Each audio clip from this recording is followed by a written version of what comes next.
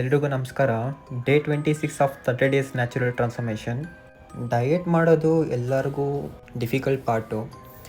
ಏನಕ್ಕೆ ಅಂದರೆ ಅವ್ರಿಗೆ ಗೊತ್ತಿರಲ್ಲ ಏನು ಮಾಡೋದು ಅಂತ ಸುಮ್ಮನೆ ತಲೆ ಕೆಡಿಸ್ಕೊಂಡಿರ್ತಾರೆ.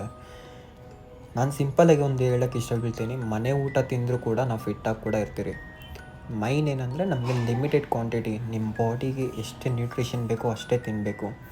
ಅತಿಯಾಗಿ ತಿನ್ನೋಕ್ಕೆ ಹೋದರೂ ಕೂಡ ಫ್ಯಾಟ್ಗೆ ಕನ್ವರ್ಟ್ ಆಗುತ್ತೆ.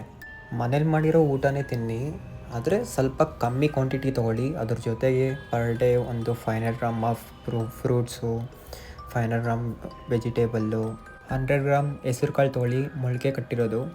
ಅದರಲ್ಲಿ ಜಾಸ್ತಿ ಪ್ರೋಟೀನ್ ಕಂಟೆಂಟು ಇದೆ, ಫೈಬರ್ ಕಂಟೆಂಟು ಇದೆ, ತುಂಬಾ ಒಳ್ಳೆಯದು.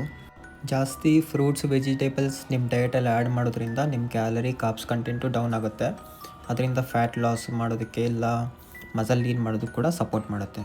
See you on day 27.